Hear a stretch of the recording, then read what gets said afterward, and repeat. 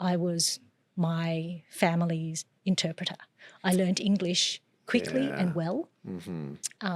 I was the cultural navigator, right? I integrated really well. Yeah.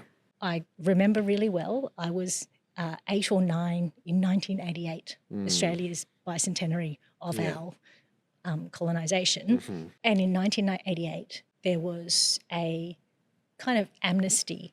Anyone who was a refugee or in Australia on a refugee visa or other kinds of temporary visas could apply for citizenship. Wow. And they could get it. Wow. But I remember being the person going out to all of my family members and going, apply for citizenship, to my uncles who were 10, 20 years older than me. Are you going to apply for citizenship? Because this is how we get it. This is how we get it and how we stay safe. And most of my family did. But some of my uncles didn't.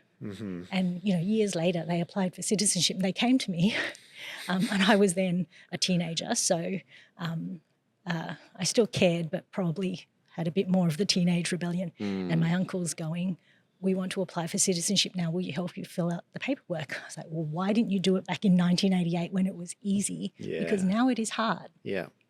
Anyway. And even more harder now. Yeah. Even harder again. But that was, I guess some of it was, or where I got to in my career with my childhood was part of that sense of I have an obligation.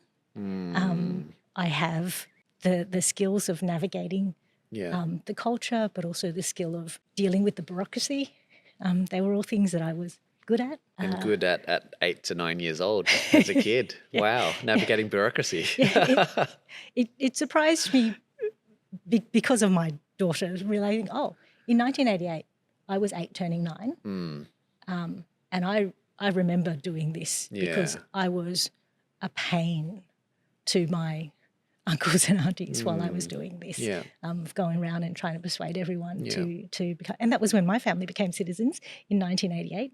I have the paperwork. And yes, so I kind of directed my education towards that. I didn't know that I wanted to be a lawyer either. I mostly just wanted to make sure that I was helping people.